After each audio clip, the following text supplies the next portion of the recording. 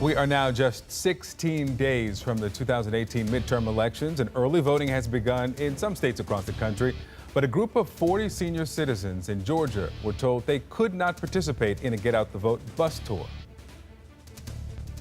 So the bad news is that they're going to make us get off the bus right now, and that's okay, because y'all still going to make it do what it do. So they so mad and low down that we getting jealous. That's right. But they can't stop the rain. That's right. You can't stop it. Whatever God got for us is for us.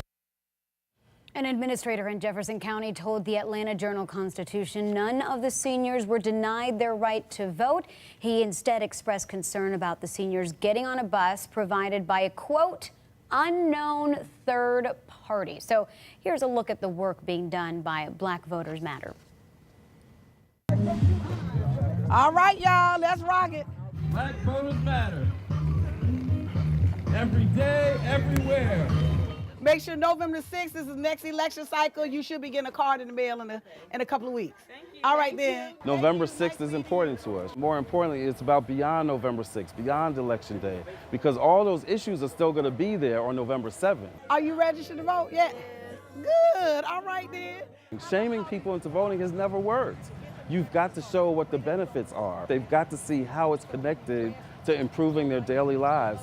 We're in the blackest bus in America. We just want y'all to know. The blackest bus in The America. blackest- I like that. I like that. We are going throughout the South on a big bus. This is the people's bus. This is a community bus. We are happy to be here. It represents so much more than just a bus, right? It's all about the notion of the combination of love and power, and the notion that we could drive throughout these states, which for the most part is basically the old Confederacy, in this bus and unapologetically let folks know that they matter. The message of this bus is actually universal. It's been centered in a black experience, but anybody who can really identify with what it means where folks are being exclusive and not being inclusive of people, we all know what that feels like, particularly, and it doesn't feel good. What you want, baby, I got it. People want to be listened to. People want to be heard. That's what makes a difference. I don't think the work just has to happen around race, has to happen in the African-American community. We need white people of goodwill to be talking about racism within their own communities and to really be thinking about how do we dismantle this? How can we have honest conversations that we're really going back to, are we going to build a beloved community? And if so, what does it take to do that? Sign your name and the date, and when you go vote, sign your name like that. If it weren't for y'all, I wouldn't have probably never did this. We need more things like this in the community. All of us have something in us that says, well, what's in it for me? Unless you make that connection, you lose people. So I know you vote, but we need you to get 5 more people. We haven't been in any communities that don't want quality health care. We haven't been in any communities that don't want all of their children to learn. We want the same things. I am a native of Selma. There was a small group of people with not a lot of money, not a lot of resources, but had the faith and belief that they could actually change and get voting rights. They transformed the nation. I firmly believe that that's happening now, that those of us with some courage, that really have love, like in our spirits, that we love human beings, right? And that we really want to see a better world, that those folks are rising up. That's the bus. We've been going around all the South. Yeah, we got a couple registered today. Already? Yes, already. First time too. Excited. This bus is really a manifestation of one of my favorite quotes from Dr. King. What he said was that power without love is reckless and abusive, but love without power is sentimental and anemic. Power at its best is love implementing the demands of justice. That's what this bus is about. That's what our organization is about. That's what this tour is about. I believe firmly in my heart that those that stand on the right side of history, ultimately we always win. It may take a while, but it will never change unless some of us believe. All right, let's go.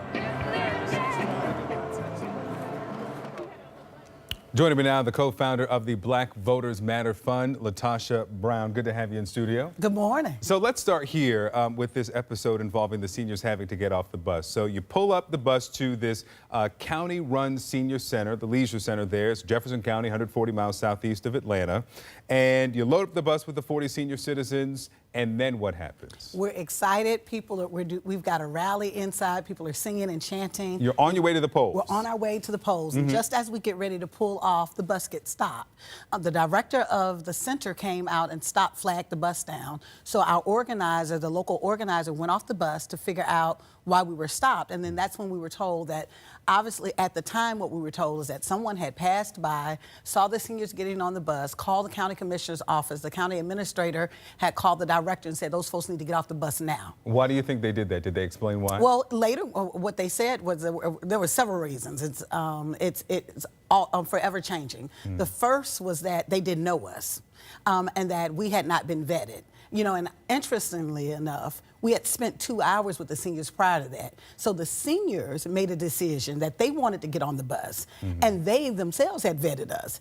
The second thing was that one of the organizers, or our local organizer, she was affiliated with the Democratic Party. Yeah. And so the county administrator said he wasn't comfortable because she was affiliated as the chair of the Democratic Party. Yeah, let me read what he said. This is according to the Atlanta Journal-Constitution. Jefferson County Administrator Adam Brett said that Jefferson County administration felt uncomfortable with allowing senior citizen patrons to leave the facility in a bus with an unknown third party, but no seniors at Jefferson County Senior Center were denied their right to vote.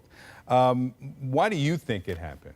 You know, I think that there's a couple of things. I think, one, there's a very paternalistic, even that statement is extremely paternalistic, and it is based in a particular kind of race power dynamics, where people are abusing power. This was not a senior facility that people were residents. This is a community center that people go for activities. These are seniors who are able-bodied, people who come on their own accord, their own choice. They had made a choice to go on the bus. Actually, they had asked us to ride with us. And so they made a choice to go on the bus. Here it is, one person that believes that he can interfere in the process and make a decision for people better than they can make for themselves. So I think it is based on a particular kind of context. When we talk about voter suppression, there's a spectrum of that, right? Anytime you're doing anything to interfere with someone's choice to be able to go freely vote on their own will, that in itself is a form of voter suppression. So the NAACP, their Legal Defense Fund, sent a letter to the county calling for an investigation. Have you been contacted to participate in any county-run investigation of this?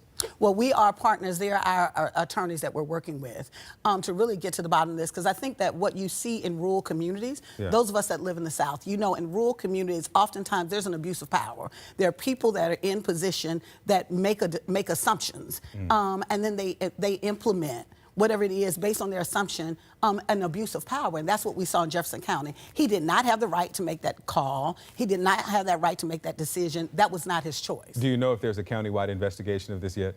We've called for it. I'm not aware that is, but we have called for it, and our attorneys are in communication with both the state and on the county level for there to be an investigation. So did the seniors eventually get to the polls? They did. Okay. So the good news is that these seniors were extremely determined. And by the way, the state has, we did get a letter from, we did get a letter from the Secretary of State's office, and they did say that it's under investigation. Okay. Right? But to get back to the seniors even at the moment said, oh, they were more determined than ever. So we went back 2 days later, met with the seniors. The majority of them have actually already voted. Some of them actually got off the bus and drove themselves. You know, we saw the video of some dancing outside the bus Absolutely. after they were asked to get off. LaTosha Brown with Black Voters Matter. Thank you so much for being with us. Thank you for having me.